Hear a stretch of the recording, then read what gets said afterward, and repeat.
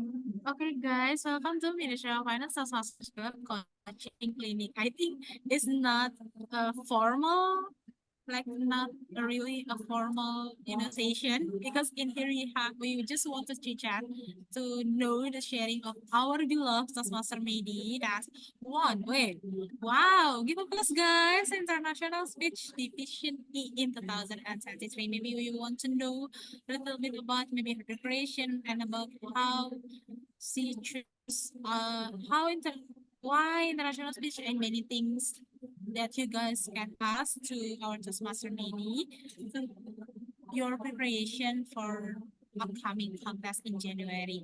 And without further ado, maybe I will welcome Toastmaster Mini. So Toastmaster Mini, known as our immediate past president in 2023 until I know 2022 until 2023, and currently she is pursuing her master's degree in Harvard Law, and currently too, and not currently, and she also won international speech division E contest. And I will call this Master Maybe. How are you? Bad. What? Just What? kidding. I'm kidding. But I'm like in the middle of my paper deadline, so it's not a good condition, but nonetheless I'm good. Thank you for asking. Yeah, thank you so much, Master Midi, for providing your time to meet with us, our umbi-umbi. Thank you so much. And maybe I will let the time and the screen to Taskmaster's me. All right, thank you so much, Master Irene. Hi everyone, good evening. So first of all, I'd like to say thank you so much for this opportunity. I know it's something that we barely do. I think this is the first time. Oh no, I think this is the second time we have this kind of like meeting talking about contest, but I think this is the first time having a like member only coaching session in a way. A little background. So my name is Mady. I'm the member of Ministry of Finance Business Club, our lovely club. I joined the contest twice. It was back in 2022, and then in last year. Oh, this year, 2023. Is it? I forgot. But yeah, I think it's like 2022 and 2023. In 2022, so for both, I joined international speech contest. Oh no, no, no, no, no. The first one I joined the humorous. So that there was a contest section named humorous. So it's like basically international speech in a humorous context. I know I'm funny, so I joined that one. But then the second one I joined the international. So a little disclaimer, I don't really have the experience to tell you about the table topic and evaluation because I myself never participated in that kind of contest, but I have some of my friends joining the contest, and I kind of helped them prepare because at that time I was the VPE and also the president of the club. So I kind of like involved in the contest in a way. So perhaps I could share some sneak peek to how to prepare the table topic and also evaluation. But mostly I'm going to talk about the international speech contest because that's what I personally participated back then. At that time, I joined. The first was the humorous in 2022. It was full online, but the second one for my international, be it in area, district, and division, it was hybrid. They were hybrid because the district one it was held in Bali at that time, and I couldn't afford to go there at the time. So I think that would be something that I will talk about. I'm going to write cost, yeah, cost. Okay. So I joined the district one in a hybrid setting. But because it's very important for you to know the type of the contest, because it will affect your overall practice and your overall performance. So the first thing is, I think I'm going to share my preparation in preparing a contest. I think overall I'm going to give you like 7 sections on preparing on contest. The first section would be know what contest is. I know some of our members I knew, a very green member, they even are not familiar with what is contest. So the first step for you guys is to familiarize yourself with contest. What is contest?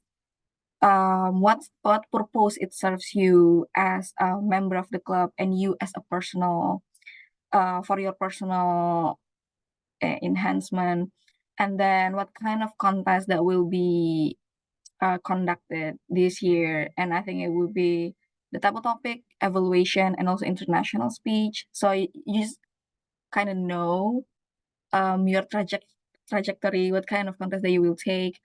And then you can also read the rules. There is this like handbook of rules for the contest. So just for example, like international speech, you have to be at least level 2 in a pathway to be eligible to be a contestant. So I think it will be better for you to know the rules before you prepare for everything. Um, I don't want you guys to like prepare it, practice it, and then you just cannot register yourself because of these eligibility things.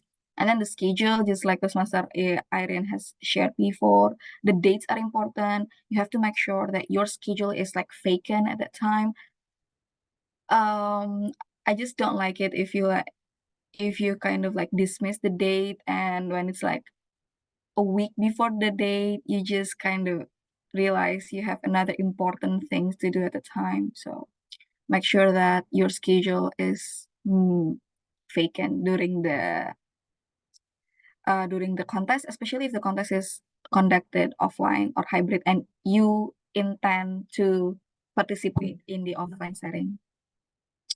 And then I think later on, if you really decided to participate in a contest, you'll be given a form that you have to or yes, you have to fill. It's like your personal data and then the type of contest that you want to join and then the title of your contest. I think that is very administrative, but I think this is something that I want to remind to Iran too. Don't forget to um I forgot the contest share, but we cannot open it, right? I think it's like a secret thing, but nonetheless, don't forget to distribute the form before the contest begins so that we can have like the data. And I think the form is mandatory for the judges to know. Okay, so it's like a pretty basic thing. Know about the contest itself, the rules, the schedules, and the types of contests. And then the second step would be choose your contest. So you know yourself best. You know your flaws, you know the things that you're good at. So use that to decide what kind of contest that you like. For example, for me, when I decided to join the humorous contest back then, because humorous contest doesn't have any eligibility of the level, at the time I was still like at my first level of my pathway, so I didn't qualify for the international speech contest. Hence, I decided to join the humorous because it's like international speech, but without the eligibility or without the requirements of the level. So yeah, basically that. And then I think I could pull it out because I love joking. I think that would suit me in a way. And then me personally, I don't like double topic because I don't like being surprised. For context, in table topic contest, if you join, you get the question at the day of your performance. So all you have to do is you just have to prepare your knowledge. You just have to prepare the template of your structure, but you cannot really memorize the speech that you want to say because you don't know what is the question. And I don't like that. I like prepared things. So I I prefer table topic less than any other. That's the same, that applies to the evaluation, because in evaluation, in the D-Day of the contest, you will watch a mock speech, and then you gotta write your evaluation right at that time. I think you were given like 3 minutes to really uh, create your outlines of evaluation, and then you perform your evaluation. I love evaluating people, but to do it under such pressure, I didn't like that at the time. So yeah, I didn't choose that because I like something that I could prepare. So in my personal preferences, I love international speech, evaluation, and then table topic. But for the if you are like kind of busy person, you are working, you are like currently studying as a student in a very strict schedule, I think evaluation and table topic would be very good because you don't really need time for your preparation. So I mean, like for international speech, you have a lot of time to prepare. Not you have, you need a very long time to prepare. But at the day of the contest, it will be all over. So I mean, like you memorize everything, you're done. But for the table topic and also evaluation, you may have a very short time to prepare because there's no much thing to prepare. But then at the day of the contest, it will like the nerve will consume you because you don't know what are the questions, you don't know what kind of mock speech that you'll see after this. So yeah, can prepare yourself for the surprises. And then I think this is something that could also be a consideration in terms of like a club. Sometimes a club only has like 2 slots of people for every contest. So you have to see first your eligibility. If you're still like in the first level of your speech, obviously you cannot join the international speech. So you better be taking the table topics or the evaluation, and then see the slot in the club. For example, if your club already has 2 people performing the international speech, then it's better for you to take another type of contest so that we have like a balanced number for each contest. For example, if I'm not mistaken, every contest has 2 slots for each club to go to the area level. So yeah, play your numbers very, very well. I think that would be a part of the strategy too. But it in context of area level to from club to area level, yeah. But in the club level, you can join as much as you want. Even one, I think one people could like join um more than one contest. I think it's eligible. You can join the international speech and the double topic speech. I think some of my friends do that at the time. And then once you decide what kind of question or what kind of contest that you want to join, this is the time to craft your speech. This is the time for you to start thinking about what kind of speech that you want to lay out in table topics and what kind of nuance in your evaluation that you really want to portray. The third part is choose your topic. So for international speech, you may kind of like choose what kind of theme that you want to bring in your speech. For example, when I crafted my humor speech, I think treat I'm going to treat the humor speech as the international speech. For my humor speech at the time, I want to turn my speech from a problem. So I will find a problem in my life. Thankfully, I have plenty of problems in my life. So I have a lot of ideas for my speech. I'm coming from problems and then solution, and I'm going to give a humorous twist in that. But in my international speech, I am coming from my personal experience, but it's not a problem actually. It was a simple conversation with my mom, but I kind of exaggerated. I kind of like bluff in a way. So it's just like a simple casual talks, but I developed a story from that conversation. And for the table topic, I think I at the time I not trained, but I practiced together with Aan and Akara and Toastmaster Dita 2 years ago, like for the 2 consecutive years, because Akara and Aan joined the table topic in 2 consecutive years. So we kind of like have theme for the practice. For example, we are finding last year's questions, or we could find examples in Google, like examples of table topic questions. But the theme is, I think the theme is something that you take or that you have in answering every type of questions. For example, my theme is um perseverance, perseverance. So I'm going to answer every question in table topic, but at the end of the day, the conclusion would be don't give up. Okay, I know it's kind of hard, but if you have a thing in your head, it will be easier to craft or to structure your speech. For example, there is this one example question that I gave to Akara and Aan when we practice for the table topic. Black roses, black roses. What kind of table topic speech that come to your mind when you listen to that kind of question? Black roses.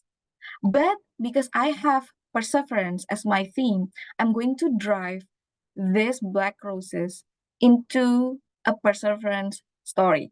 For example, I'm going to make these black roses are different with others, but this beautiful flower nonetheless is really trying hard to fit in society, where the society is full with red roses.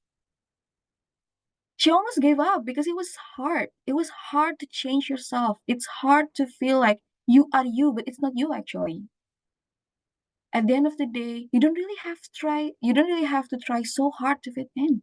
You can be you to fit in in the society. Because you're different is what makes this world colorful. But one thing that is important is your perseverance, not to give up, not to lose your identity while you are trying to fit in the society. Jadi kayak what what kind of theme that you want to have. So whatever questions coming for you can take that trajectory into your conclusion. Because in double topic, your first and last impression are the most important thing in taking the attention of the judges. Okay. And lastly, for the evaluation, the theme of your evaluation would be like, in a way, do you want to focus on the good thing, or do you want to focus on the challenge, on what kind of like things that they can improve, or you want to delve into their like drawbacks, several things to improve, or in Indonesia we call it like kekurangannya gitu. So once you already, because it will be very limited time, once you know your focus, which you want to like focus more on the good things, that will like guide you in writing your outlines. And also for the challenge, you can have like example from the past evaluation contest winner, or from your own evaluation, what kind of challenges that would be good for the speaker, that is out of the box, so when people hear it, oh yeah, I think this is a very good exercise for your speech, and people is not thinking about it, it makes you like kind of pioneer, a frontier in evaluating people. For example, like to challenge yourself, I challenge you to prepare your speech in front of a mirror, or talking to your cat, or like something like that. It gives you a hint of originality in your speech, of evaluating people. There's also a hint that you are innovative in a way. So be creative with your challenge.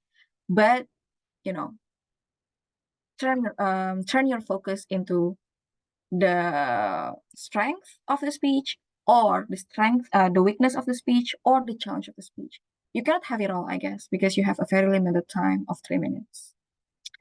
Once you're done in choosing your theme, I think I'm going to use my both of my experiences as an example. So in humor speech, I use my problem. In my international speech, I use my personal conversation with my mom. Now you are ready to embark the fourth step, in which it is, I forgot, wait. Craft your speech. This is something that is applied for the international speech, because for table topic and evaluation, you cannot really craft your speech beforehand. So I think it will be focused in the international speech. To craft your speech, now you already have the theme in your head. You have to start thinking about the structure of your speech. So mostly in crafting my speech, I use this kind of structures. The first structure is the prep. Prep is point, reason, example, point. So for example, the point for my first speech is the problem. I have problem with Microsoft Excel, everyone. I was so stupid in operating Microsoft Excel. The point that I want to convey is, yeah, again, my favorite theme is perseverance. Even if you don't understand something at the beginning, if you try hard enough, you will get it eventually. My reasoning is because I have my own experience in that. There are several things. There are several things that what makes you successful, even when you are not giving up in your efforts of understanding Excel, for example. And my example would be at that one time in my office that I couldn't operate Excel, but then I joined the Diklat, yeah, what is it in English? Diklat, and then at the end of the day, I'm emphasizing again the point that I make it. Although it was like not exemplary, but at least I could operate Excel. If I gave it at the time, yeah, I wouldn't operate Excel and I couldn't work in a good way. And then for my second speech, it would be like kindness. I think it's about kindness. So the point is, kindness, perhaps you don't get, you won't have, you won't reap what you saw directly, but sometimes other people that is important to you will reap the benefit from the thing that you saw before. Get it? So I'm doing my kindness, but I don't get my kindness back. And it turns out that my mom gets it. That's the point. The reasoning is because happiness is contagious. Once you do good, people will be inspired to do good, and it's like it proliferates. It becomes a chain. Example, my own example, I'm taking the bus. I always gave up my seat to everyone, but nobody gave up their seat for me, even when they saw me having a very big backpack. It turns out my mom always got a seat from strangers. And I think that's the seat that I gave to people. And that's the seat that I deserve. But God thinks my kindness would be returned to my mom, because it will be like more beneficial and more urgent to be given to my mom.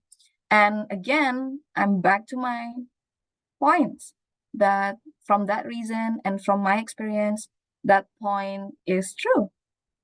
Kindness is contagious, and even if you don't get right away the benefit of being kind, there's no such thing as bad good things. You just keep doing good. That's the prep for you.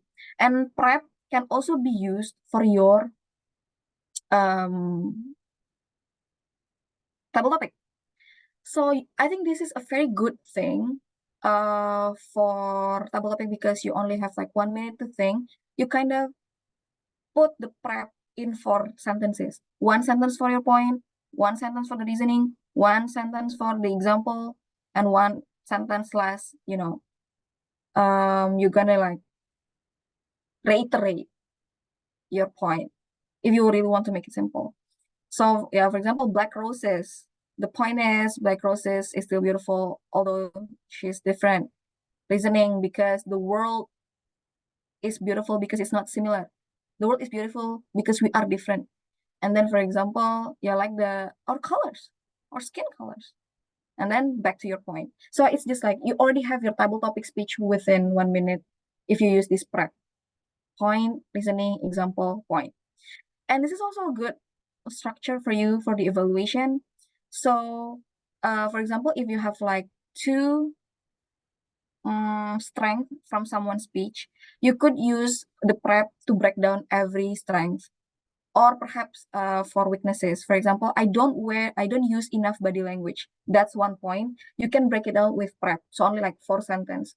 Point, you don't use much body language. Reasoning, perhaps because it's like an online setting, you put your laptop in a awkward position, so it only captures your torso, so you don't really have like space to go around. Example, that's the reasoning and example. The example is like you put your camera in a not good position. And then back to the point, I think you could fix it with something like that. So you can use prep in every type of speech that you want to craft because it's very simple and straight to the point because you cannot waste your time. The second structure that I like to use is the simplest, another simple structure, the opening, content, and conclusion. But it's too broad. I think sometimes you don't know what to write in opening, what to write in the content, and what to write in closing. But so I prefer the prep one, the point, reasoning, example, and point. Okay. So once you get the structure in your head, you already have your theme, you already have your structure. It's time for you to really craft your speech. And this time, I really want to highlight the example because most of the time, I already read the judges' sheet. So before the contest begin, you may read the judges' ballot because the judges' ballot contains all the things that they value or they measure to grade your speech. From that criteria, you could start, incorporating those into your speech so that all of your speech will tick all the requirements in the judge's ballot. Okay. So one thing that I really remember is that they like if you use real life example. I've been using my real life examples in all of my speeches and it's proven to be good. I won. So in my first speech, I'm using my Excel experience. It was like all of my speeches are based on true experience, yeah, guys. Some things are exaggerated, but basically I don't lie because the eyes, Chicho, their eyes never lie. Because if you lie, they will know your emotion wasn't there.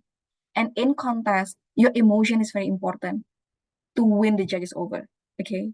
So if you use your real life example, it will be very relatable to the judges. It will be very relatable to the audiences because mostly your example would be something that happens around you, around your life. And it's not exclusive. People will have the same experience with you. But in your originality, you will ensure that your speech will not be the same as someone else's speech. Okay. It will be a very troublesome if you want to perform and then people before you like have the same speech, but you won't know that because you'll be separated.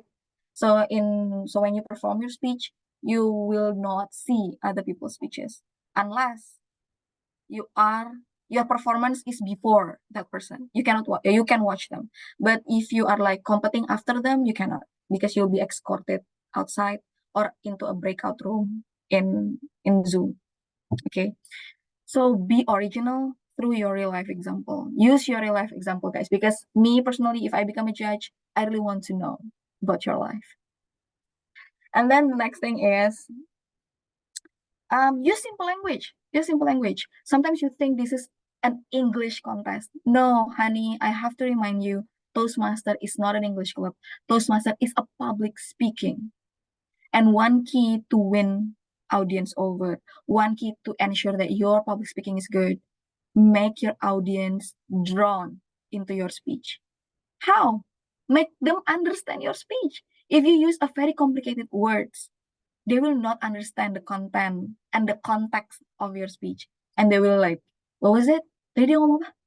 Apaan sih artinya? I don't know. they will not bring dictionary with them. And your audiences will vary. You cannot ensure the level of comprehension of your audiences. So use simple languages. Because the important thing of your speech is the content and the context, not the English. Because we also have bahasa. Okay, we have also bahasa Indonesia speech. So your English level doesn't matter in this contest. Okay. And then the next is, but even if you use simple languages, make sure your grammar is correct. Because this is something that also being considered by the judges. So at least you are grammatically correct, but you don't have to use a very complex grammar. Just make sure if you are recounting an old experience, use past tense, something like that, because sometimes if you use the wrong grammar, the whole context of the speech would be messy. So just ensure that your grammar is good, is correct, just to ensure that the context of your speech is still right.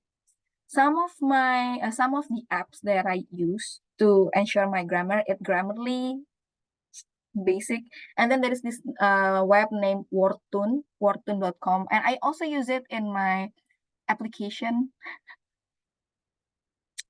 wordtune.com. I think it's AI based, but it helps me to correct my grammar and to ensure that my texts are good, well put. Next is be concise. Be concise, guys. I know some of you like writing and you write like a full 3 pages of a speech. You only have like 3 minutes or 7 minutes to wrap up your speech. So make sure that your speech is concise because you have time limits, and just to make sure that your idea are not all over the place. If you're having too long of a speech, I'm afraid it will be not focused on your story.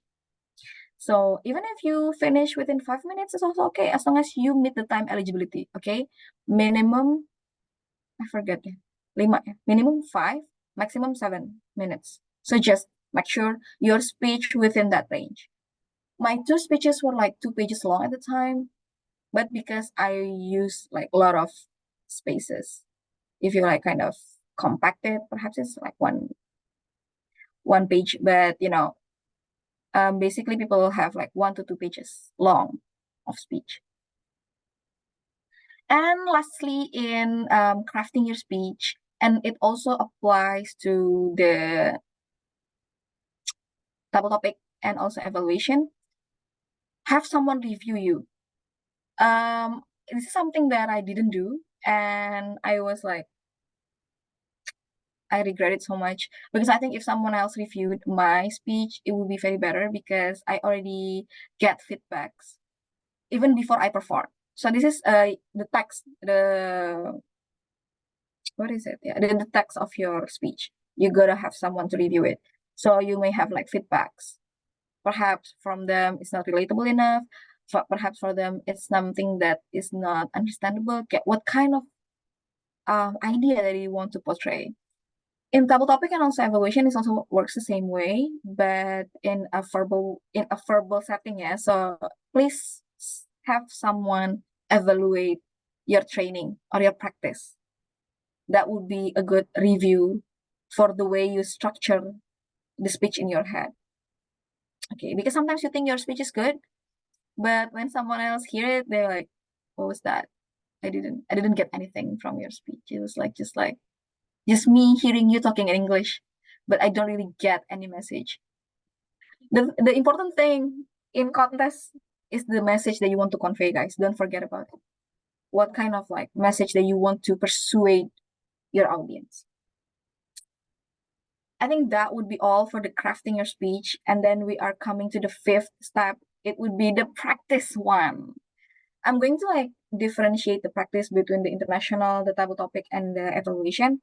For the practice for your international speech, I think it will be very mostly you are alone, because a lot of practice that you can do at home. For example, like you can read it aloud. Once your speech is done, you have to read it by timing yourself to make sure that your text is not long. It will conform with the time eligibility from 5 to 7 minutes, okay? Because it will be futile if you have a good speech but you violate the time limitation, you're out, okay? Once your text is done, read it aloud with a timer to make sure it's between 5 to 7 minutes. Read it aloud so often, even if it's already fixed, it's already like, okay, my speech is good, my speech is like 6 minutes. Keep reading it aloud, because reading it aloud familiarize yourself with your own voice. Sometimes for introverted people, sometimes with people with stage fright, they hate hearing their own voice. Practice it by read it aloud. Read it aloud so many times so that you get used to your own voice. You even love your own voice. And then the next is memorize. For international speech, you have to remember.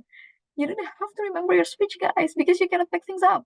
When you make things up on stage, it will be very messy. So you have to memorize, and one of way to memorize it, you can use bullet points. So you don't have to memorize it like exact words, but I did that because I don't like having a surprise to forget. So I memorize line by line. But if you guys don't like it, and if you guys have a good English, verbal English, for example, you can just like use bullet points of what kind of points that you really portray in opening, in body, and in closing. So when you forget on stage, you can still like freestyling as long as it adheres to the bullet points that you make. You know, you get what I mean, guys. If you feel like confused with my explanation, please let me know. Or if I'm going too fast, please let me know. I'm going to like explain it to you. And then another practice that you can do is practice in front of the mirror. This is works for international, double topic, and evaluation. Just to see yourself. First, you're beautiful. The second is like you just want to see your expression. Sometimes when you when you talk or when you like do something, your expression is not controllable. And you really have to like practice your smile. You have to practice your body languages. You have to practice putting emotions in your speech. When you're surprised, for example, when you're mad, or when you're sad. That's the essence of international speech sometimes. But that would be a winning point in Double Topic too. I watched several times the winner of Double Topic are very expressive in their speeches in a very short time, in between 2 to 3 minutes. They're so 1 to 2 minutes. Yeah, I forgot. 1 to 2 minutes. They're so expressive. So familiarize yourself visually by talking in front of the mirror. And then what else? Record yourself. This is what I did. So when I read aloud, I record it, and then I often hear it again when I was driving or when I was, doing chores at home while, washing the dishes and everything, in order for me to familiarize myself with my own voice, to help me memorize the speech.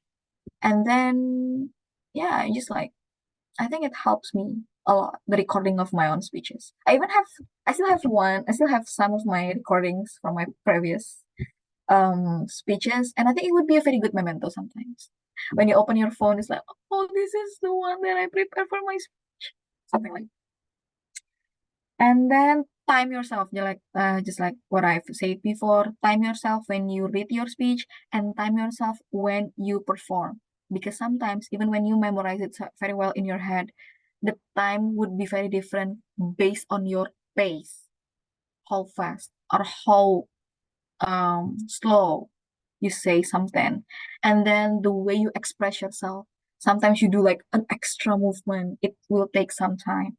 Or sometimes you kind of pause to give a suspense in your speech. You kind of like consider the time of doing all the stunts in your speech.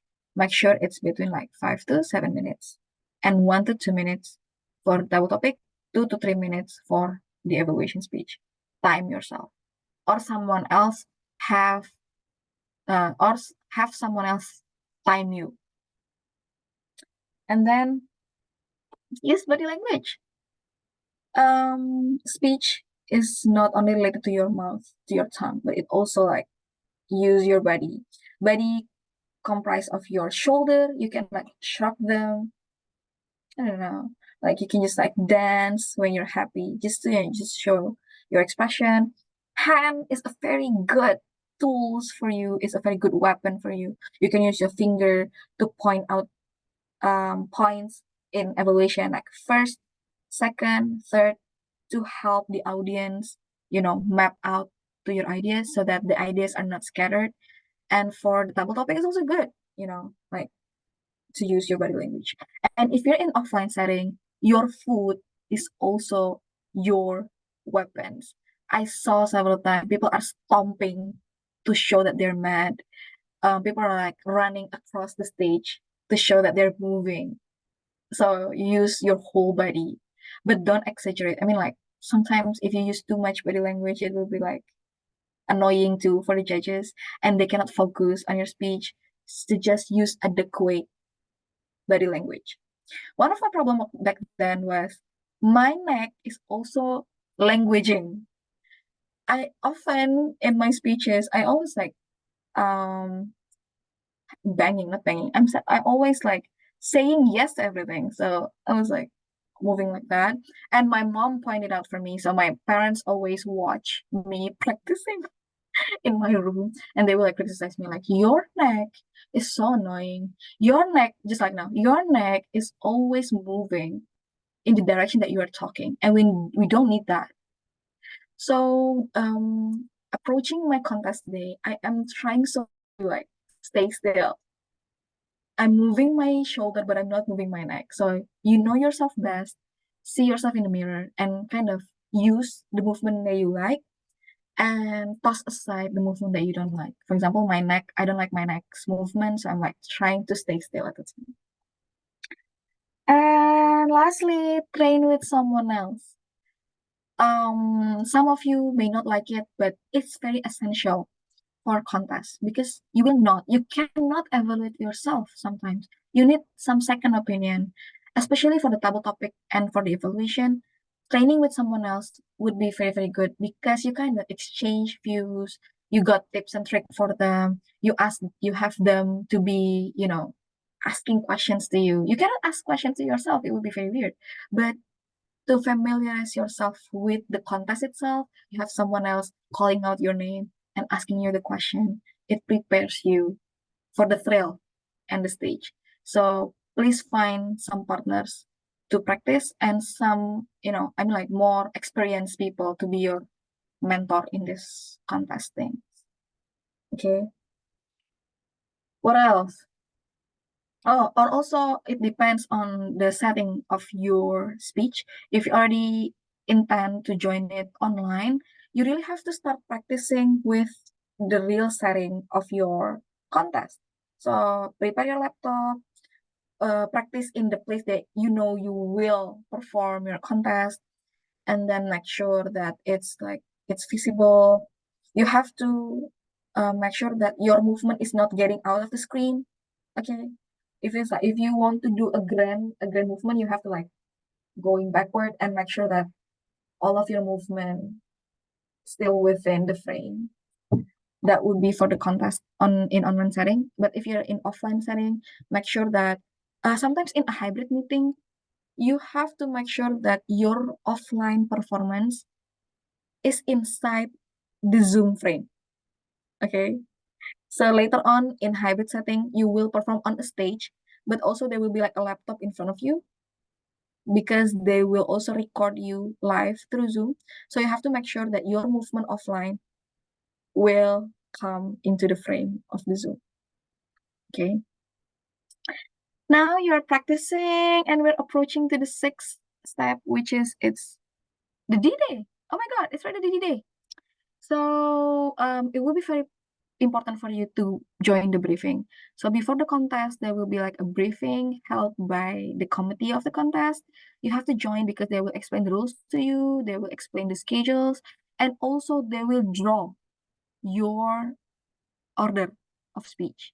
And it's very, very, very, very important because it will like affect your mental in a way, and it makes you practice more.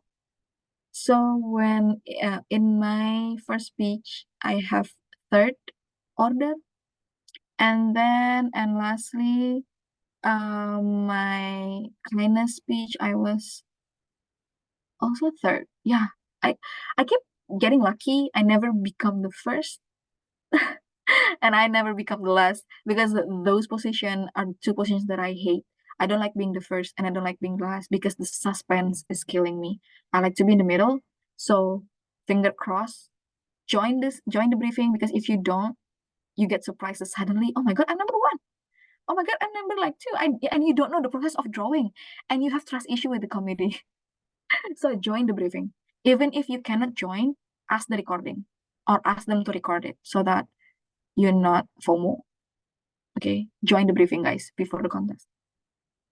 And then sleep well. I know you cannot sleep. I know you keep kicking and tossing in your bed, but trust me, good sleep will you know make sure that your performance good in the day, at the day of the performance. And then having an enough sleep would take care of your throat. Sometimes when you are lacking of sleep, you're starting to lose your voice in a way because you're tired. You don't like that on your D-Day. So sleep well, especially for those who live far, far away from me. Like me, I live in Bekasi and I had my contest in Jakarta. It will take me like 2 hours to go to the venue. So I have to go very early in the morning, meaning I have to sleep early. Okay, guys, have a good sleep before a contest. And then take care of your body. Make sure that you are not sick. You don't get an injury in your hand, in your face, like a scar. You don't get an injury in your feet, so you cannot walk. Make sure that you are all set, even your throat. Drink a lot of water. Don't eat gorengan, that is in English. Don't eat candies too much. Take care of your voice because that would be your weapon. I think I saw some of our singer eat or drink kencur. I don't know how to say it in English, but kencur is very, very good for your voice. It like it emphasizes, not emphasize, it makes your voice better in a way. It would be like you are a professional speaker. You may try it, but if you don't like it, don't, because you may have a diarrhea after that. But if you like it, it kencur.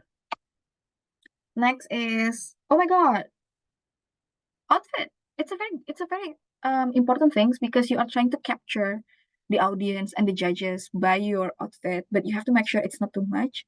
It's like neat enough, but not too much. Mostly people wear like suits for the men, or like a shirt, but shirt, I think it's like less formal. Even some wear ties. Okay, they're all polished from head to toe. So for men, I guess, stick to suit. Although it's hot, I know, but just wear the suit on your perform time if you feel hot. For women, I think it would be like more lenient, because I saw some wear dresses, blouses with skirt. I think it resembles dress in a way. Me myself, I always wear blazers because it helps me look bigger because I'm small.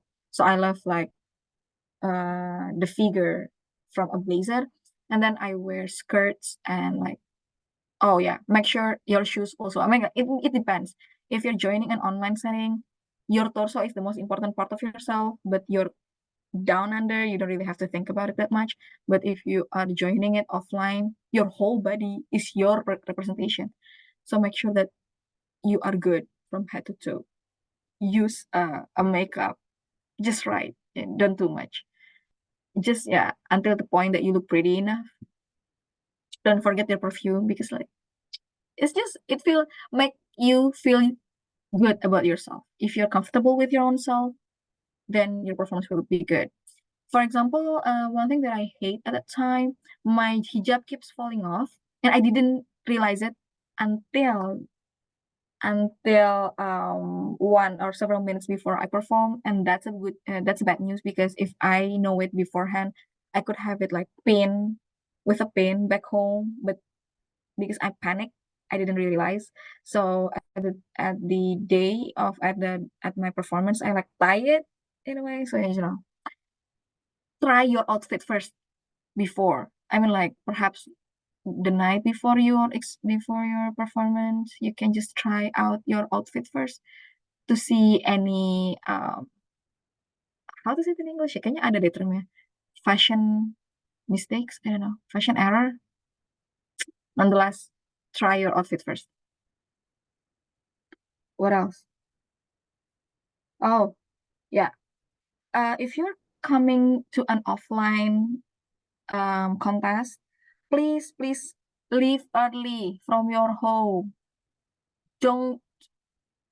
Jangan mepet berangkatnya ya. Because in my case, in my second contest, the kindness one, when I go to the area level, a cat, a kitten, a baby cat was stuck in my engine, in my machine, in my car machine, and I couldn't use my car because I don't want to hurt that cat. And to get it out, to get the cat out from my car, it takes like 30 minutes. So I was like, I rushed. All right. At the end of the day, I used my dad's car and I almost late because of the cat issue.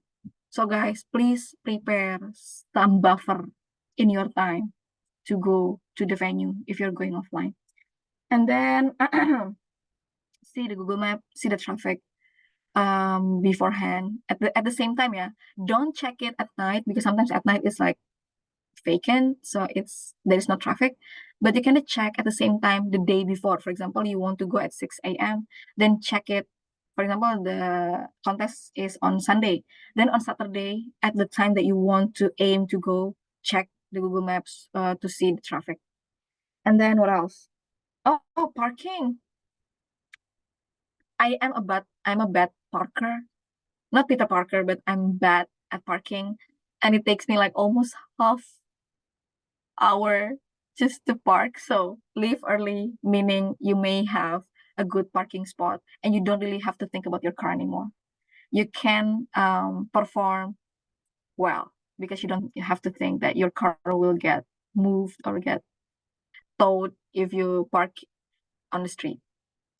And if you have an online speech, make sure your device works, the voice, the lighting, and then the Wi-Fi, the noise. Oh my God. If you guys knew me pretty well, I live in a house that is full of noises. I have a cockatoo that keeps screaming. I live in a middle of the road in a way. Rumahku di perempatan. Yeah, I don't know how to say it in English. There are like tukang tahu bulat, tukang jagung susu keju, ondel-ondel. Everyone is passing through my house. And at the time, it was COVID, so the contest was full online. I had my cockatoo screaming all day long in my performance day. So I have my brother feeding the cockatoo when I perform. So my brother like standing in front of the cage for 7 minutes straight to keep my cockatoo on check. So guys, if you are in online setting and you know yourself, you know your room would be very noisy, you may have to find somewhere else that ensure there will be no noise because you cannot use headset in performing.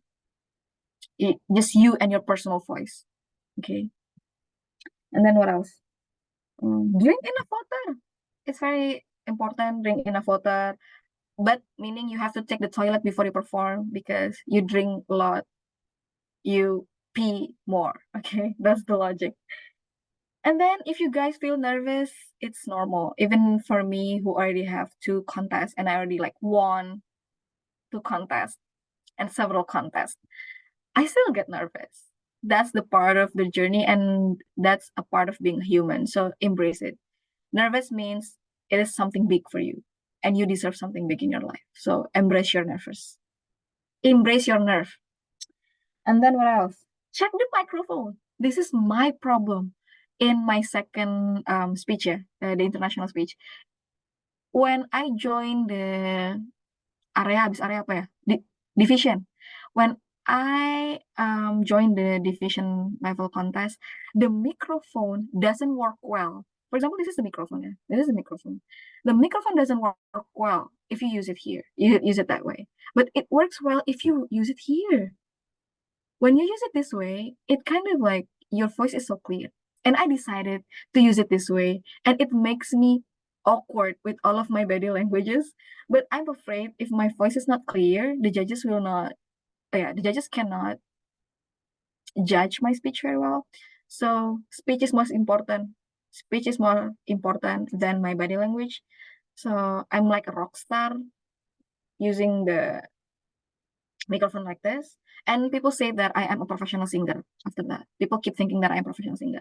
But nonetheless, test your microphone before you have your speech. That's the perks of coming earlier. If you come earlier, you have time to check the venue, to check your stage, your audience gaze, and then the microphone, where is the toilet, something like that. It's a very technical things, but make sure your microphone works.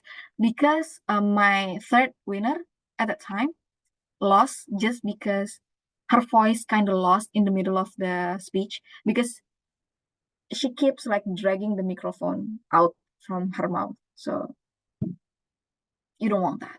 You want to win because people know your speech. There will be no technical issues in your speech. Next, what else? Time. Oh my God. When you have an offline setting, you will see people raising flag. Please take a good put good attention to them because that will indicate your time. You cannot see the time ticking. You don't know how many minutes have passed. But in in online setting, you will see someone in the corner of your Zoom showing their background in color. So put attention to time because as I've said before, it's futile if you have good speeches if you mess your time. Okay. And then put take a good care of your audience, engage with them, use questions sometimes. But I think this is something that is debatable, yeah, in contest. When I was having my contest, I ask questions, but then when I get evaluated after my contest, people say it's an uncommon thing to ask questions to the audience that you expect the answer. So mostly people are asking questions that is apa sebutannya ya nggak perlu dijawab gitu, just to engage with the audience. For example, I know all of you like rendang, right? It's not something that is requiring answer. But is there anyone who ever tried rendang? It requires answer. So you can engage with your audience without using an example or a question that is needed an answer. What is it ya in English in Indonesia ya? Rhetorical, no. Pokoknya question yang don't need an answer. What else? Disruption. Oh my God. In my second speech, I performed in Perpusnas and Sunday at 12 every day. Perpusnas will make an announcement, and the announcement is central. So the announcement will be announced through their speakers, and they will interrupt anything that is happening in Perpusnas, and it happened in the middle of my speech. And people already like the comedy is already telling me about this actually, but I didn't really like it's Sunday, they will not make such a but they did. So in the middle of my speech, I really have to stop. The timer is stopped.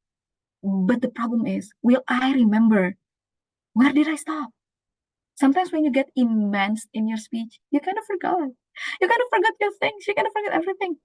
But thankfully, right before the announcement, I did a grand body language, so I remember exactly the point that I stopped, and then I just continue. After the announcement, I just like confirm to the chair, like, can I continue? Yes. And the timer is gone. I just like shamelessly continue my speech. So if you have any disruption that is not coming from you, first raise your hand, ask the timer to be stopped. You know, you don't want to risk your timing. Once it it's all settled, you can just like continue. Don't panic, okay? Just remember exactly your last point. Even if you don't remember, you can ask the audience, the way to engage. Can anyone remind me the last point where I stopped? Because I kind of forgot. I'm sorry, the stage fright bite me like that. It is a way to calm down your nerve and engage with the audience, because the disruption is something unprecedented, it's something that unexpected. So it's normal, okay? And lastly, for me personally, having this contest not to win. Keep your expectations low. You just want to express yourself. You just want to give the best of your speech out there. Because once you watch everyone else's speeches, they're good. They're stellar. They're way better than you. If you keep on thinking about winning, you'll get disappointed, because you know firsthand, when you watch other people's speech, you will not win. You will never win. People are so much better than you. But my point is, because that's the way we perceive ourselves. We have this imposter syndrome in everyone, I guess, that people are always better than you. So if you keep aiming to win, you will never get enough of getting perfection from your speech. Don't be a perfectionist. Just do it. Okay? Just finish it. The important thing is you do it. The victory for yourself is when you challenge yourself to participate. So once you participate, you already win. Okay? Don't ever aim to win until the point that you hurt yourself in a way, You overthink yourself, you exert yourself to the point that you get tired. It's just a contest, it's not big. Just take it easy. And finally, we arrive at the last point in which you're done. You're done with your speech, but you are not done with the process. There's this process called evaluation. So if you're in an offline setting, have someone else to come and watch you, to, to just evaluate you after the contest. And then if you're in an online setting, you can also ask someone to come to your Zoom, or you can have the recordings after that and watch yourself. This is a very important stage, because sometimes the one that you plan and the way you execute it is very different, but you don't realize it until you watch. Oh, I didn't put this sentence. Oh, I didn't put this body language, but why is there? So you kind of have evaluation from your speech. And yeah, I think that would be all. I think for my experience, I'm so sorry it was so long. It was like 1 hour, right? But I think it works the same way for the double topic and the evaluation, but the practice and the crafting of the speech, that is different from each contest. I think that would be all. I'm going to give the control back to Sister Irene if you guys have any questions. If you have any personal question, it's also okay. Yeah, thank you so much, Toastmaster Medi. We have many things, like from the beginning, Toastmaster Medi prepare until the day. And I think there are many things that I'm not, I thought that when I make a poster of you, I thought that it's like sengaja gitu loh kayak gini. Ternyata No, ada cerita di balik. yeah. Ya Mikrofonnya tuh ampun. doesn't work well kalau kayak gini, karena the person before me itu kayak gitu, terus suaranya hilang. Jadi pas aku yang maju, the people are saying, terus Mr. Mehdi, please put your microphone so close to your mouth, because the previous lost the voice in the middle. Jadi before aku mulai speech, aku kayak nyoba tes, aku balik gini, oh, amazing, I'm going to use the microphone this way then. Tapi ya jadinya nyentrik aja gitu loh, malu-maluin, tapi it's okay.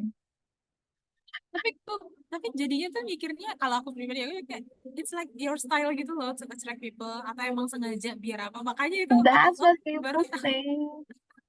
People think that I am a professional singer.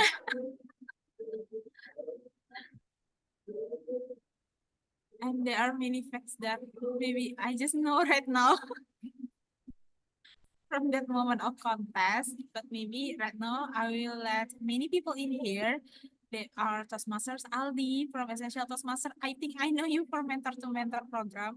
And Toastmaster Ilmi, that will maybe follow international speech too ya Toastmaster Ilmi. And Toastmaster Yanta, Toastmaster Akara. And you know that Toastmaster Ilmi has delivered speech 4 days in a row. Jadi tanggal 14, 15, 16, 17 untuk My ngejar wow, God, debat. that spirit, girl. Oh my God, hats off. Maybe some of you Keren, want keren, to keren. ask directly to Toastmaster Medi. BTW, thank you. Akara tuh ikut itu juga loh, topik. Hah? Am I audible? I'm sorry, I disturb you, TMAD. Maybe you can No, it's okay, continue it's okay. I am disturbing. Oh, Go on, go okay. on. I'm sorry, I have to.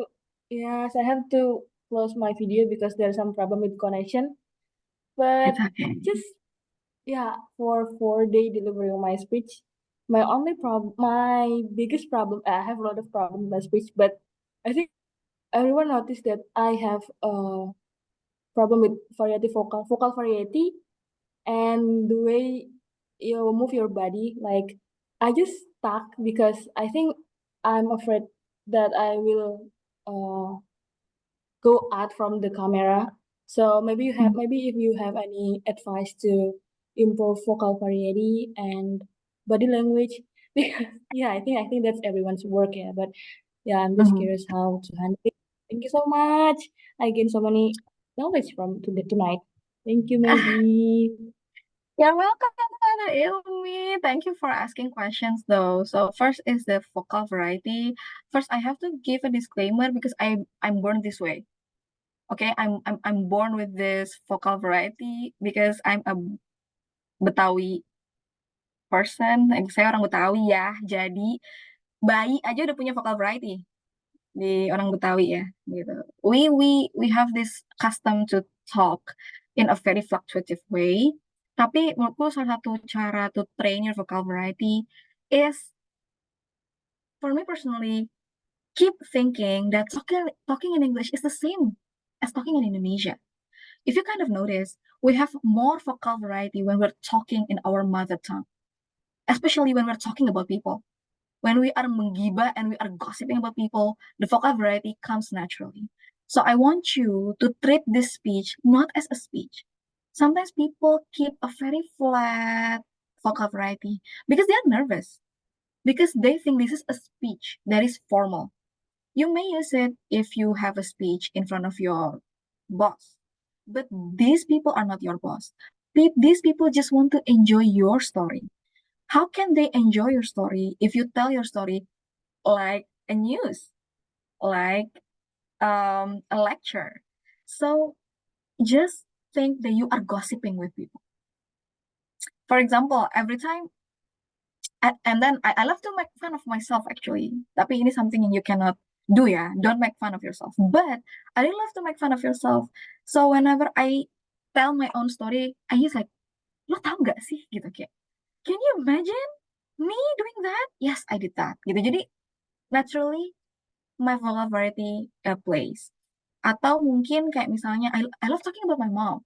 My mom is very funny. So kayak I want to tell you guys the story of my mom. So the vocal variety comes naturally. I really want you to just treat this speech as a gossiping with other audiences, with the judges. Dear judges, you know what? I have a very bad day. And it turns out that bad day having a rainbow afterwards. That's the way to put it. Change your mental. It's not a speech. It's just you gossiping with people. It's just you having fun. It's just you telling people story about your life. The second is talk in front of the mirror. Talk with yourself. Sorry, this is something that I have to tell you guys. Saya suka ngomong sendiri. I really love ngomong sendiri. And sometimes, nggak tahu ya, if it happens to you guys juga. Before I sleep, I tend to make scenarios in my head. Kayak kayak nggak tahu, kayak tiba-tiba kayak suka bikin skenario aja gitu. Kayak tiba-tiba ketemu Shohei, misalnya tiba-tiba punya pacar kayak gitu. When you get scenarios in your head, try to verbalize it. Kayak pura-pura bikin dialog gitu loh di kepala. Itu somehow akan kayak akan apalagi ini konteksnya karena kamu mau kontes ya, bukan bukan kita cegil ya. Tapi it's just like kita mau kontes. Jadi semakin sering talk with yourself, itu akan kayak help you find your own vocal variety. Vocal variety doesn't mean ini juga kok gimana ya? Vocal variety just mean you show different part of your speech. For example, ketika kamu sedih ya jangan flat gitu. Jadi kayak you know what? This is something that really breaks my heart. Sometimes vocal variety juga bisa dengan kayak kamu slowing your pace, becoming faster kayak I was so mad gitu. Itu kamu marah gitu kan. Jadi kayak you don't have to really put it hard, enggak gitu. Just like being slow or being fast with your speech, and then try to emphasize the word kayak misalnya for example, I really like empe-empe. Empe-empe. That's so good. That's also vocal variety. So you can have a lot of techniques, talking slower, talking faster, emphasizing words, talking in front of the mirror, talking to yourself. And then, coba deh, once you are in your office, lagi makan siang, ngerumpi sama temen, coba deh, trying to be more expressive. Latihan. Malu nggak ya gue kalau gue ngomongnya rada-rada lebay gitu. Just because until contest. Once the contest is done, you can come back to your own self. Second question is, aku lupa tadi, apa ya? Body language. Ini tuh semester ilmi ini ya, bakal online ya? Yes. Oh, okay. My first speech and also my division speech, district speech itu aku online. Jadi how to ensure that you have enough space, don't sit down. You gotta like stand up. Saya mau pakai celana yang dulu. Okay. You gotta stand up. Karena kalau kamu stand up, jadi kayak kamu punya space. Terus jangan deket-deket sama screen, because if you're coming closer, you have a very limited space to move. Jadi kayak stand up. Tapi stand up itu trikinya kayak kamu harus cari meja atau aku dulu stack books cukup tinggi to position the laptop, and then you like stand up, and then from the standing up kayak bisa kira-kira gitu. Nah, pastiin tempat kamu praktis sama tempat kamu perform itu sama. Jangan sampai kamu praktis di kantor misalnya. Ya nggak apa-apa sih praktis di kantor. Tapi kayak pastikan kamu praktis di tempat yang bakal kamu perform. So you get used to it. Kamu udah tahu nih, oh tangan gue bisa segini doang. Gitu. Jadi movementku cuma segini. Terus make sure kalau jauh suaranya masih masuk nggak ke Zoom. Jangan sampai kalau jauh totalnya suaranya kicik gitu. Jadi how to make sure that your body language stays inside the frame, practice in the place that you want to perform. Don't get too close to the screen. You take a step back until to the point that your voice is still clear enough in the Zoom. And then, kayak just apa sih sebutannya, kayak buka aja tangannya untuk nyari tahu sejauh apa. Oh, jadi aku bisa sejauh ini nih. Gitu. Kalau kamu mau tiba-tiba kayak peragain joget misalnya, jadi kayak udah tahu gitu. Jogetnya sampai sini. Atau misalnya ada scene, kalau aku tuh dulu sempat scene ada orang ya, speech aku ingat banget scene itu lewat. Jadi dia kayak make sure dia tuh jalan, dia tuh emang dari luar ya. Dia sengaja dari luar screen. Jadi dia kayak dari luar. Terus dia kayak sosok ngelap. Dia kayak talking gitu. Kayak aku kayak ya, tapi intinya kayak dia udah memperhitungkan dulu kayak dari luar sampai masuk itu kayak berapa, terus apakah torso dia kelihatan kayak gitu. Jadi kalau kamu mau jalan atau apa namanya kayak ada stand yang lebih, sama ini sih yang penting, kalau kamu ada conversation di speech kamu, make sure kamu differentiate the first speaker and the second speaker. Kayak in my speech, my two speech itu ada orang lain pasti. Jadi di first speech itu aku ada tutor Excel, di second speech itu aku ada ibuku. Nah, yang tutor Excel gampang ya, karena dia bapak-bapak. Jadi kayak I differentiate my voice and then decide. Jadi for example, so I'm talking with my tutor. So professor, I know how to do it. Itu aku kan. Terus tiba-tiba kalau aku mau kasih tahu itu orang lain, aku langsung kayak change sides. Kayak terus karena itu bapak-bapak, aku kayak pura-pura pakai kumis itu kayak are you stupid? You can't do that. Blah, blah, blah, blah. Gitu. Jadi kayak going back and forth supaya ngasih tahu ini orang pertama, sini orang kedua. Yang susah tuh waktu my second speech karena it's my mom. How can you differentiate you and your mom? Karena kita sama-sama perempuan, kayak maksudnya nggak ada fitur yang bisa dibedain. Jadi akhirnya aku cuma playing sides aja. Jadi aku di sini, maksudnya me kayak, Mom, how can you make a mockery out of my misery? Kayak gitu. Nanti ibuku di sini tuh kayak di sini, tapi kan sama aja ya aku sama ibuku. Jadi cuma kayak, suaraku aku bedain gitu kayak, gitu. Tapi body language-nya langsung berubah. Gitu. Kayak mostly gitu sih kalau teman-teman yang speech-nya ada conversation, dia langsung kayak switch sides gitu. I hope it helps. Masa ilmu. Oke, thank you so much, Maidi. You're welcome. Semangat. Sangat. Yuhu. Dan lagi tidak, guys? Medi, ini ada yang Yes. Okay. In the beginning of your speech before, you mentioned about prep, right? Yang ada 4 PREP. Kepanjangannya tadi apa aja ya? What was it stand for? Points, Huh? reason, Mm-mm. example, terus points lagi. Jadi reiterate the first point. Okay, Gitu. thank you. I kind of forgot that. BTW, prep ini juga bisa dipakai dalam konteks apapun ya, teman-teman. Even I use it in my admission letter, in my admission essays, bikin nota dinas. Walaupun kalau bikin nota dinas nggak bisa pakai example ya, karena kayak aneh aja bro bikin nota dinas pakai example. But the prep points is very concise and bagus aja gitu dipakai di konteks apapun. Gitu. Nah, BTW guys, Akara di sini tuh juga pro ya, dia tuh 2 kali ikut table topic. Jadi kalau teman-teman punya table topic question, tanya ke Akara. Dia udah dibom berkali-kali. Akara lagi di luar kayaknya tuh ya. Iya. Ini nggak masuk sayangku. Nggak Mikrofon masuk kayak suaranya headset. Akara. Kamu nggak mute Iya, kayaknya. nggak masuk. Dan juga Toastmaster Dita tuh pernah ikut evaluation speech. Jadi kalau teman-teman mau nanya evaluation speech tuh ke Kak Dita. Medi, aku mau nanya deh apa ya? Karena belum pernah Boleh. praktek, Nggak masuk. aku jadi halo. Lanjut Mas. Okay. Yeah, because I never joined the contest. I really don't know what to ask. But maybe a problem which I've gotten until now, and I think it still exists on me, unintentional body movement. How maybe in your case, how to fix that? Just by practicing more or anything? Ya, itu tadi my problem sebenarnya 2 ya, my neck.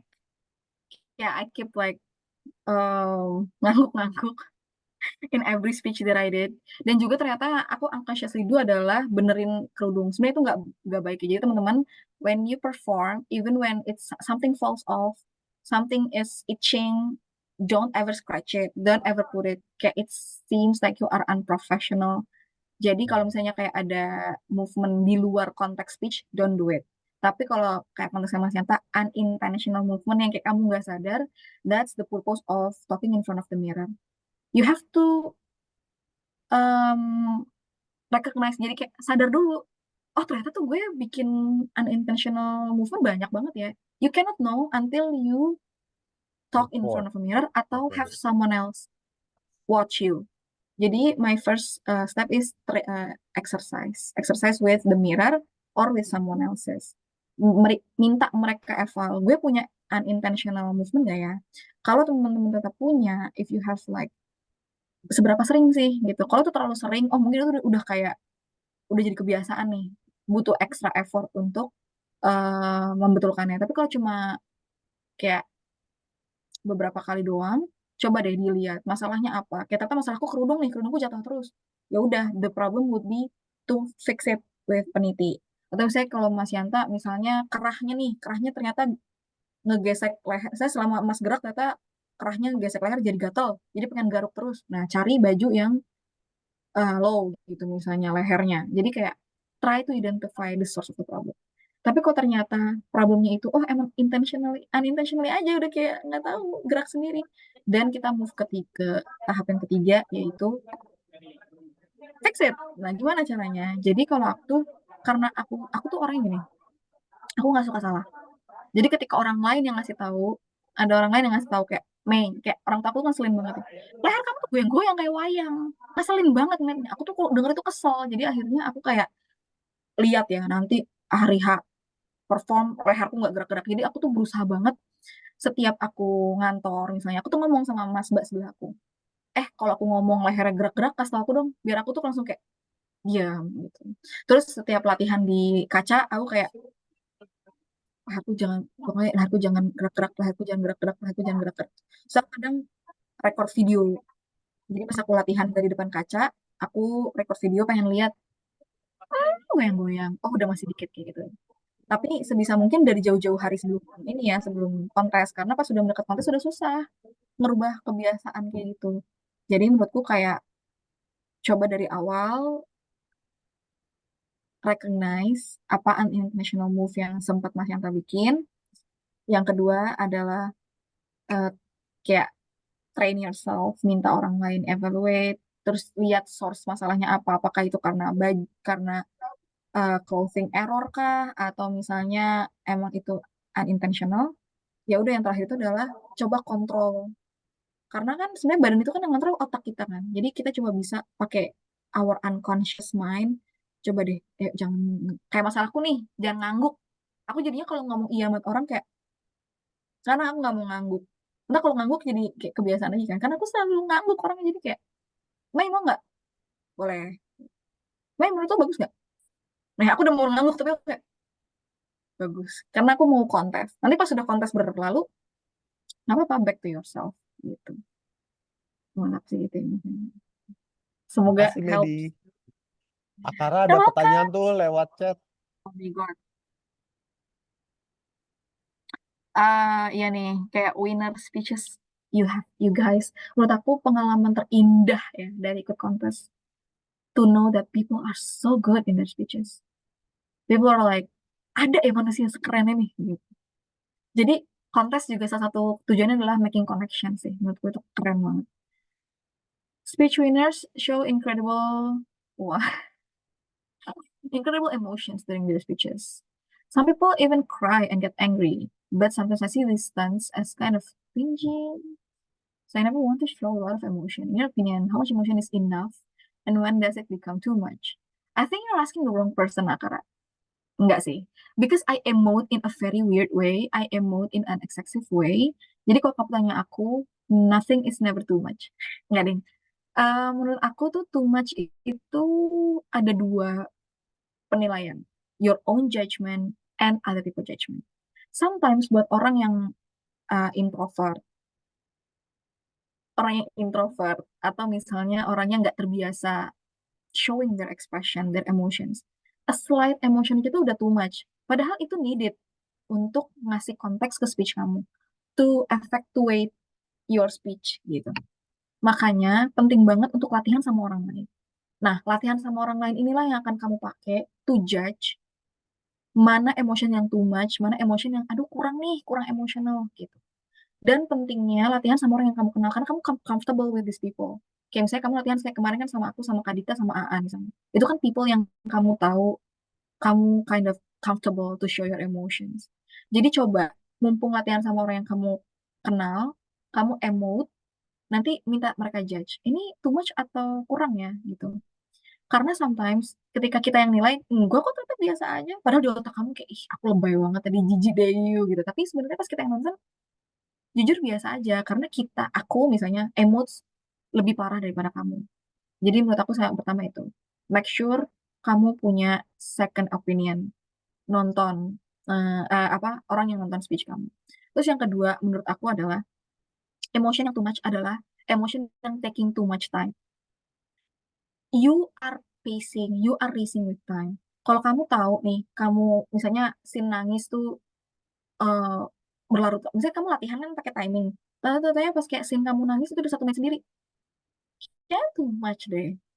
Itu take so much space of your speech and take so much space of your time. Jadi salah satu itu paling gampang ya, quantitatively.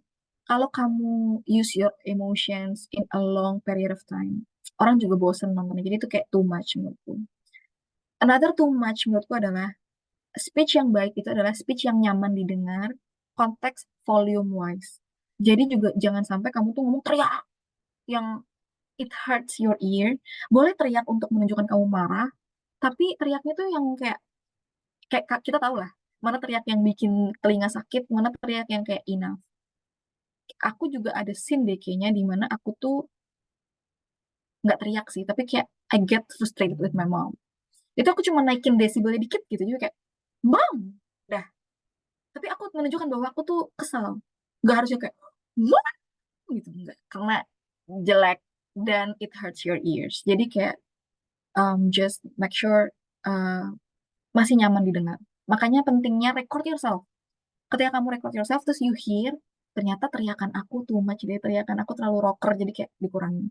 Ini yang aku lakukan dengan My Dear God. Jadi ada scene dimana aku nyanyiin sedikit part of a song. I know I'm not a good singer, tapi I know I have a good voice kalau nyanyi dikit gitu kan. Jadi aku setiap latihan, aku pastikan My Dear God is dramatic enough, tapi nggak sumbang suaranya. Jadi aku cuma Dear God selesai. Karena lebih dari itu suaraku tuh udah jelek gitu ya. Tapi My Dear Godku cukup untuk menunjukkan bahwa Tuhan gue frustasi banget gitu. Okay. So first is latihan sama orang lain.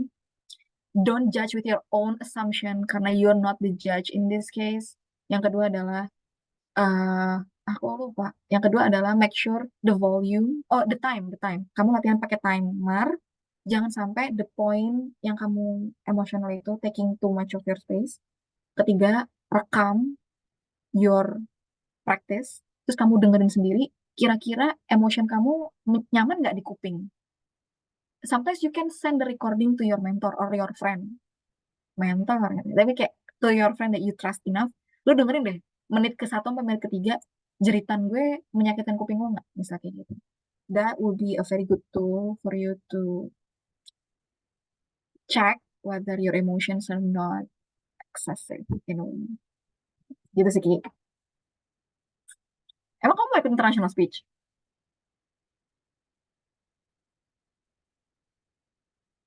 Eh, Raki berencana juga mau ikut internasional atau enggak speech evaluation dia bilang sih.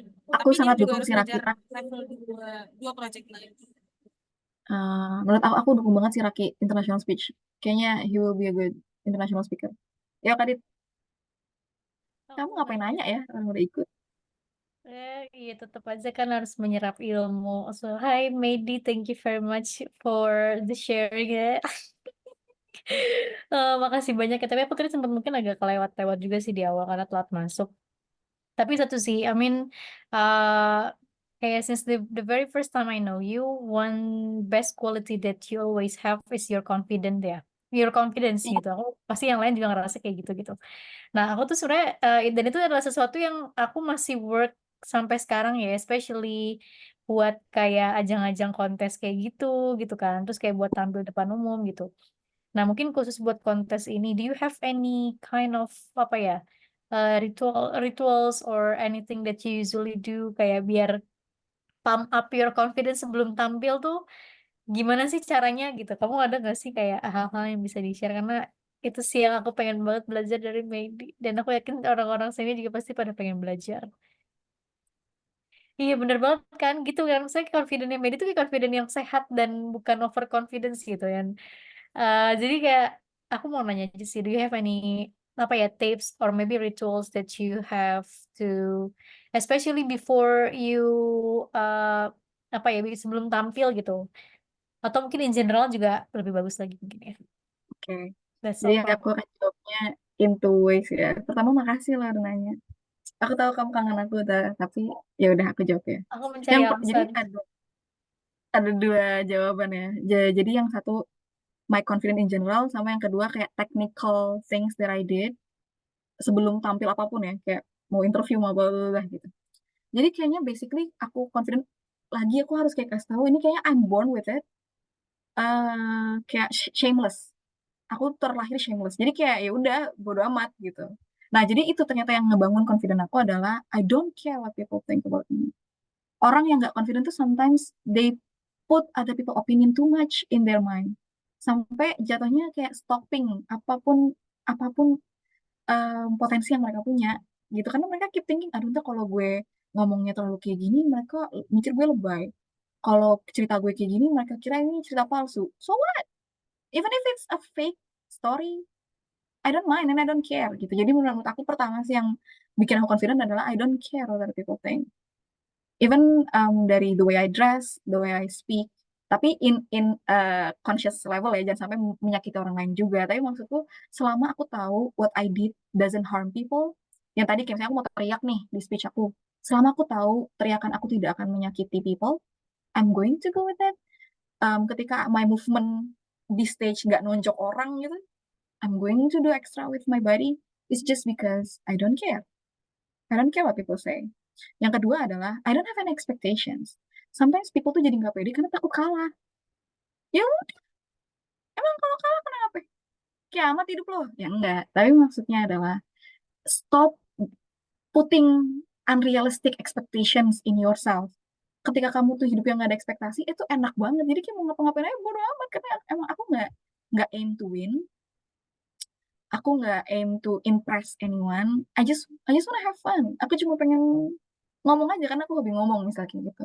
Atau if you want to have expectation, set it in your own level. Misal, aku waktu itu pertama kali ikut speech itu sebenarnya terpaksa banget. Ini aku buka-bukaan aja, aku terpaksa banget karena nggak ada yang mau ikut. Ya nggak sih Kadit, aku ingat banget kayak kita berdua, terus Akara sama Aan tuh ya udahlah nggak ada perwakilan, kita bahkan nggak ada kontes level klub ya saking nggak ada orangnya. Aku tuh ikut terpaksa banget, terus ikutnya humorous. Gue nggak pernah ikut, ya Allahu Akbar, nggak pernah ikut stand up comedy disuruh bikin humorous kontes, gimana caranya gitu kan. Akhirnya aku set my own expectation adalah kamu berhasil melewati itu. Februari aku ingat banget, kamu berhasil melewati hari itu, that's your victory. Udah, aku cuma pengen hari itu lewat, aku nggak pengen menang, aku nggak pengen apa, aku cuma pengen hari itu lewat gitu. That's the only expectation that I put with myself. Ternyata menang, jadi itu bonus. Jadi aku kayak nggak trying to impress people bla bla bla. Jadi menurut aku adalah don't put unrealistic expectations in yourself. Kalau kalian pengen menang, ya jadikan itu apa ya, fuel. Jadikan itu kayak bensin buat membakar semangat kalian. Tapi jangan sampai itu jadi hal yang bikin kalian thinking too much of your speech. Duh, kalau gue ngomong kayak gini ntar kalau gue kalah malu gimana ya? Orang lain speechnya lebih bagus dari gue. Pasti, even if kamu juara 1 di level area, kamu akan ketemu juara 1 di level area lain. Jadi kayak dunia ini penuh dengan orang yang lebih baik dari kita. Jadi ya udah, gak usah put unrealistic expectations on yourself. Terus yang ketiga, kalau aku generally kenapa confident, karena aku ngerasanya gini, aku tuh punya gimana? Ini emang rada aneh sih ya. Tapi aku ngerasa kita sebagai makhluk sosial, orang itu tuh punya rasa keingintahuan sama kita. Jadi sebenarnya gini, kayak kita ngerasa, aduh speech aku tuh jelek gini gini gini. Nggak apa-apa tahu. Orang tuh cuma pengen tahu. Orang tuh cuma pengen tahu kamu tuh kayak gimana. Jadi ya aku cuma pengen ngasih tahu ke orang bahwa aku tuh kayak gini. Aku pengen in a way connect with people. Jadi nggak terlalu yang kayak speech course dulu. Nggak, aku cuma pengen ngasih tahu aja kayak my life is like this through my speeches. Jadi ya udah, aku orangnya emang hobi cerita. Sama yang keempat, inget teman-teman, kita setiap ngeliat orang lain salah itu kita tuh maafin tau dari dalam diri kita. Misalnya nih ada cewek bajunya tasnya kebuka, kita langsung kayak mbak tasnya kebuka, kita yang bantuin tutup. Ada orang misalnya jadi MC keselibet, kita kayak nggak, namanya juga jadi MC kan ini apa namanya, nervous. We have to remember people will do the same exact thing to our mistakes. Jadi apapun kesalahan yang kalian buat, orang tuh akan kayak wajar lah, namanya juga lagi speech, wajar lah, namanya juga manusia, wajar lah, wajar lah, wajar lah. Just remember, people will always pardon your mistakes. So make as much as mistakes that you have. jangan sampai kalian nggak confident cuma karena takut salah, karena people will always pardon it. Kita tuh selalu punya level apa ya, kayak memaafkan yang cukup banyak gitu. Kalau kita bisa maafin orang lain, kenapa orang lain nggak bisa maafin kita atas kesalahan-kesalahan di atas stage gitu. Jadi kayak take it easy. Terus yang terakhir adalah it will pass. Hidup tuh penuh dengan challenge yang lain. Jadi kayak ini tuh nggak ada seberapa dibanding challenge hidup-hidup kita yang lain. Jadi setiap aku kayak, misalnya aku mau interview LPDP nih. Wah, gila ini berat banget, sumpah ini berat banget, sumpah ini berat banget, sumpah ini berat banget. Aku harus ingat ada teman aku yang ternyata interviewnya untuk divorce di depan pengadilan. Ada teman aku yang ternyata harus ngomongnya itu kayak interview untuk interview polisi. Kayak, ngerti gak sih, kayak maksudnya aku trying so hard untuk kayak Mei ini tuh gak ada apa-apanya, sumpah. Ini tuh gak ada apa-apanya dibanding yang lain. Ini tuh biasa aja. After this, it will pass. Jadi somehow aku kayak, oh yaudah deh. Aku confident enough. Karena aku ngerasa ternyata ini tuh bukan yang gimana-gimana. Jadi, it's okay. I will pass over it. Nah, yang jawaban kedua nih adalah yang technical things. Yang pertama adalah aku selalu tidur cukup. Karena aku kalau nggak tidur tuh rungsing. Kalau aku rungsing aku jadinya kayak nervous, kayak aduh, aku tuh semalam tidurnya kurang gitu. Jadi aku nggak suka kurang tidur. Yang kedua adalah olahraga. Setiap aku mau important things, even ujian, kayak aku baru ujian, aku selalu workout 30 minutes. Cuma jalan keliling dekat rumah, atau cuma kayak lari-lari kecil, atau di kamar kayak sosokan yoga gitu. Yang penting 30 menit sebelum hari besar itu aku selalu. Karena aku dari kecil diajarin sama bapakku, setiap event besar di hidupmu, you gotta lose yourself. Supaya otaknya tuh nggak mampet. Kayak kita udah belajar banyak, tentunya mampet nggak bisa keluar kan. Jadi kayak supaya kerannya lancar, darah-darahnya lancar, workout. Workout, it's a good thing. Yang ketiga, makan enak. Sebelum memulai, itu enough. Makan. Jangan sampai pas perform tuh kayak lapar. Aku tuh kalau lapar jadi rungsing. Jadi kayak perutnya bunyi terus. Itu jadi menghambat my performance in overall. Terus aku jadi nervous. Aduh, tadi gue belum makan. Kalau gue belum makan, nanti gue bunyi perutnya di atas stage gitu. I don't like it. Tapi makan sesuatu juga ya jangan sampai bikin mules gitu loh, karena jangan sampai diare. Jadi eat your comfort food before apapun. Yang keempat adalah ini aku orangnya rada ini ya. Aku nggak tahu semua orang akan relate sama ini apa enggak, tapi aku percaya sama divine being. Divine beingku tuh Tuhan dan parents prayers ya. Jadi aku sebelum apapun, even sebelum ujian aku selalu kayak minta tolong orang tua, tolong doain dong. Kayaknya aku tuh laki kan orang tua aku. Jadi kayak tolong doakan aku dan semua ini aku takut gitu. Jadi selalu kayak tolong doain aku, sama sholat sih sebelum event besar nih, maafin ya Allah aku cuma sholat tahajud kalau ada event besar, jangan ditiru. Tapi misalnya aku selalu sholatnya jor-joran tuh kalau menjelang hari besar. Dan be spesifik. Aku setiap sholat kayak, ya Allah besok aku mau speech, semoga pas speech aku nggak belibet, semoga pas speech kerudung aku nggak turun-turun, semoga pas speech aku beli. Jadi aku be spesifik pas berdoa gitu. That's my divine task. Sama ini sih on stage, tau nggak, caraku adalah I don't look people in the eye. Jadi ketika aku on stage, somehow kan kayak ngelihat orang ya, itu kan eye contact tuh penting banget ya teman-teman. Tapi sejujurnya aku tuh ngeliatin their head, their hijab, dinding. Jadi kayak aku ya ini aja random, tapi sebenarnya aku nggak pernah ngeliat mata mereka, karena if I look them in their eyes, I will lose my speech. Jadi aku nggak pernah ngeliat mata orang. Jadi cuma kayak, you know, siapa nggak tahu. Udah aja. Pokoknya mataku muter tapi mataku nggak pernah lihat orang. Dan enaknya kalau online speech, ya, tes semester ilmi, you can just look at the camera. Kamu harus ngeliat ke kamera karena itu adalah eye contact kamu dengan other people. Enaknya the camera tuh doesn't stare you back. Kamu tuh ngeliat ke laptop gitu. Jangan ngeliat ke layar ya. Kamu kalau ngeliat ke layar nanti eye contactmu berarti nggak ke audience tapi ke layar. I know you're beautiful, tapi hold yourself, lihat ke kamera. Gitu. Jangan lihat ke orang.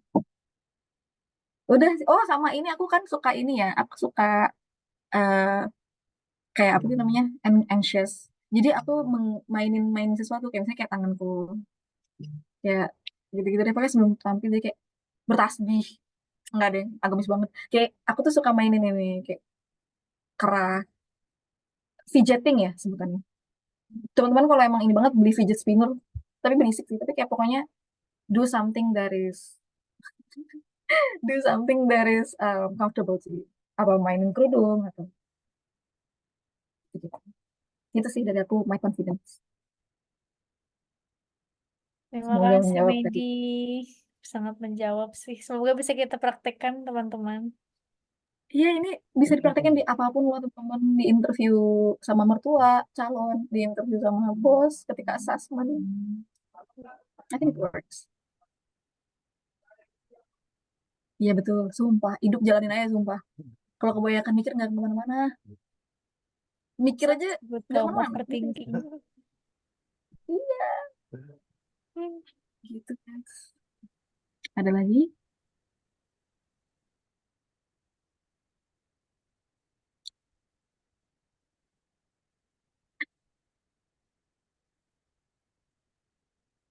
Ada lagi guys yang mau nanya Ini guys.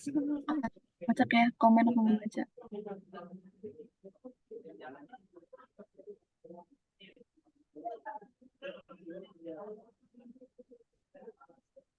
Baik. Hope it helps ya teman-teman. Lancar-lancar semua. Doakan aku lancar. Kayaknya udah nggak ada deh, Ren. Udah jam Sponsor Ali 9 ada juga yang mau sih Ren. ditanya. Tapi kalau Iya ada yang mau sih, nanya udah nggak jam apa-apa. 9 ya. Jam 9 di sini.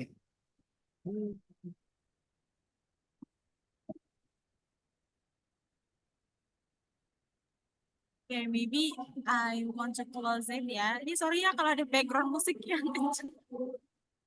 Nggak kedengeran.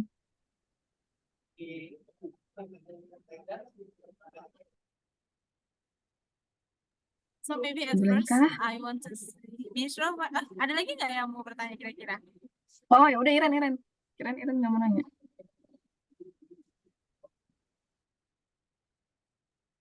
Kalau dari aku kayak semuanya udah dijawab sih tadi soal ini. Mungkin kalau tadi barusan aku tanya ke presiden ini fantastik. Jadi ternyata sama esensial. Jadi ternyata mereka tuh collab-nya bukan yang langsung berdua ngadain gitu. Jadi Saling misalnya, membantu.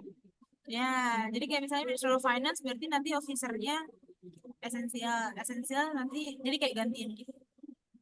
Cuman ya itu tadi sih, kayaknya untuk saat ini mungkin prefer sendiri dulu karena kayaknya Mbak Eja Iya. bersedia ya jadi presiden. Oke. Sendiri juga lebih ini sih sebenarnya. Sendiri kalau kita punya human resources yang cukup, lebih enak, nggak ngerepotin. Nggak Aku juga ngerepotin jadi other. timer di SCBD sih. Nah itu sih kalau Ya, kita mau SCBD. orang lain membantu, kita membantu orang lain. Kita butuh bantuan nggak Ren? Butuh sih pasti. It's because no one wants to ask again. So, ya gimana? Emang ada yang nanya? Iren kamu ke-mute. Kamu ngomong apa tadi? Oh enggak, tadi kirain tadi mau nanya. Oke, Oh, so since no one udah semua nanya ya kayaknya. Jadi mungkin di sini cuma mau bilang terima kasih ke media yang sudah menyempatkan waktunya. Tapi sebenarnya mungkin kita mau foto dulu dong guys. Dan sama mungkin ini Ada kata we will give such not big present for you, asik. Yeay, Pacar. kelihatan nggak? Belum. Kelihatan ya? Masih loading. Loading Iren. Bentar. Pucat Coba banget. ulang lagi aja Dulu share lagi. screen-nya. So, kelihatan nggak? Belum saya. Nggak apa-apa, ditunggu aja. Yeay. So Ini this kayak is judul speech gue ya, kindness. yes, kindness award certificate to Toastmaster Midi because Toastmaster Midi has provided her time in the middle of thesis, in the middle of her mini project in her college. So thank you so much for your kindness to share about your preparation of contests and speech 101 and many things to us. And maybe I will ask Toastmaster Yanta, can you just capture Toastmaster Medi and the certificate? Yes. A moment. Okay, maybe. Wait. I will adjust my screen first. Okay. Okay. Maybe 3, 2, 1. Hold your pose. Hold. Okay. Thank you, Mas. I will share to WhatsApp. Bentar. WhatsApp. Page. Thank you, Mas Yanta.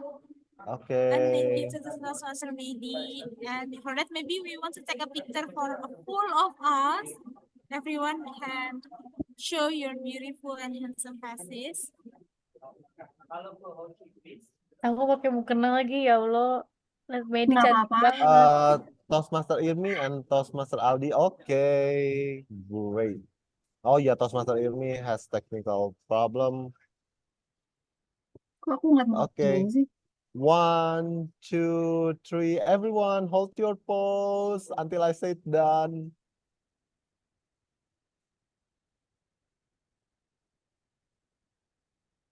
Maybe one more time.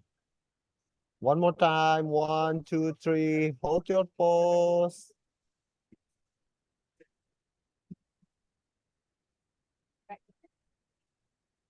Okay, thank you very much.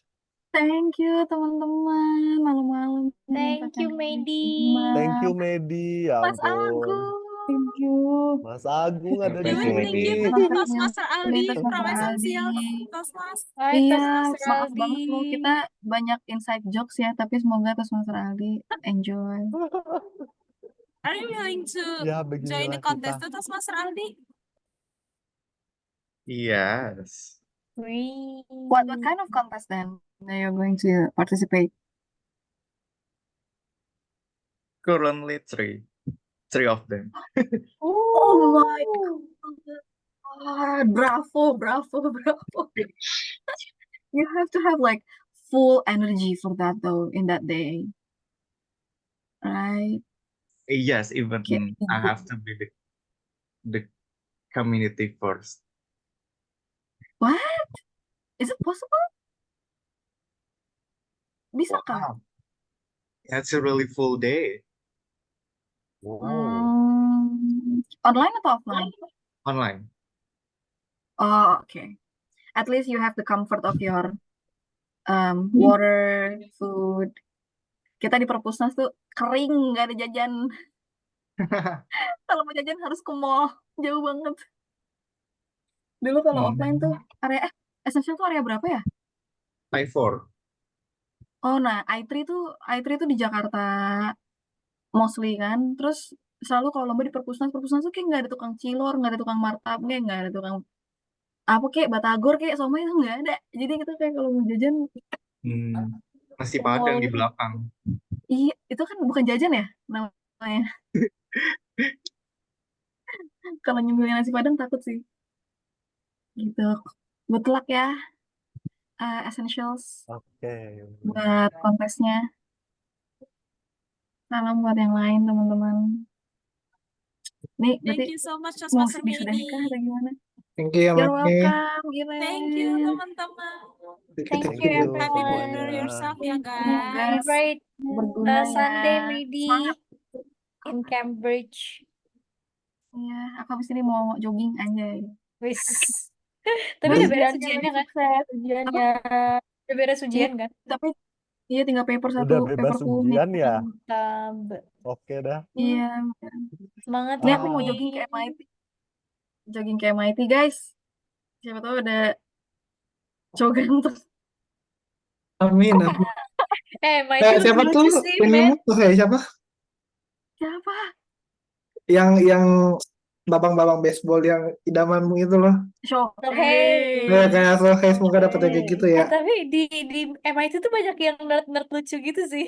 Maksudnya Itu Karena dia nerd, jadi jarang terpapar dunia luar, ngerti nggak Kak? Mereka nggak pernah keluar maksudnya rumah. kayak orangnya kok lucu-lucu gitu ya, kayak nerd-nerd gitu gimana? Nerd di sana Wibu, levelnya wibu. sampai seapa sih? Nerd. Gimana ya? eh, Nggak nerd banget sih. Sampai you don't know what they're talking about. To the ah, point that Tapi you don't oke-oke even gitu understand sih. what they're saying. Oh, Visual sampai Oke. effects selevel dapat ya. itu ya nerdnya ya. Iya, tapi yang I Indo think enggak in sih. a Kalau yang good Indo masih way. normal. I think in a good way, Ya, but itu they are Iya, in a good way really gitu gimana extremely sih? living in Nerd their yang own lucu world. gitu. ya lucu sih, tapi kayaknya saya bukan market mereka ya. Mereka mencari orang Iya, yang nggak bawel kalau kayaknya. anak Harvard masa bukan marketing MIT sih, gila kali. Ya kan karena kita ngerasa selevel jadi kayak ya udah ya anak Harvard tuh biasa aja gitu. Nggak yang gimana ya anak Harvard gitu. Gitu guys, Banget doain ya, Medi. Ada Thank you, everyone. Thank you very much ya Mei, Kiran, Santa, Iya. Agung, Dita, Dadah. semuanya. Thank you Makasih ya all. Semangat. semuanya. Enjoy Kontesnya this sampai Bye, Senin. everyone. Thank Semangat you, Bye. besok Medi. Thank you for Senin. all ya. Thank Selamat hari you. Senin besok. Bye. Semangat. Bye-bye. Hadapi. Bye. Dadah.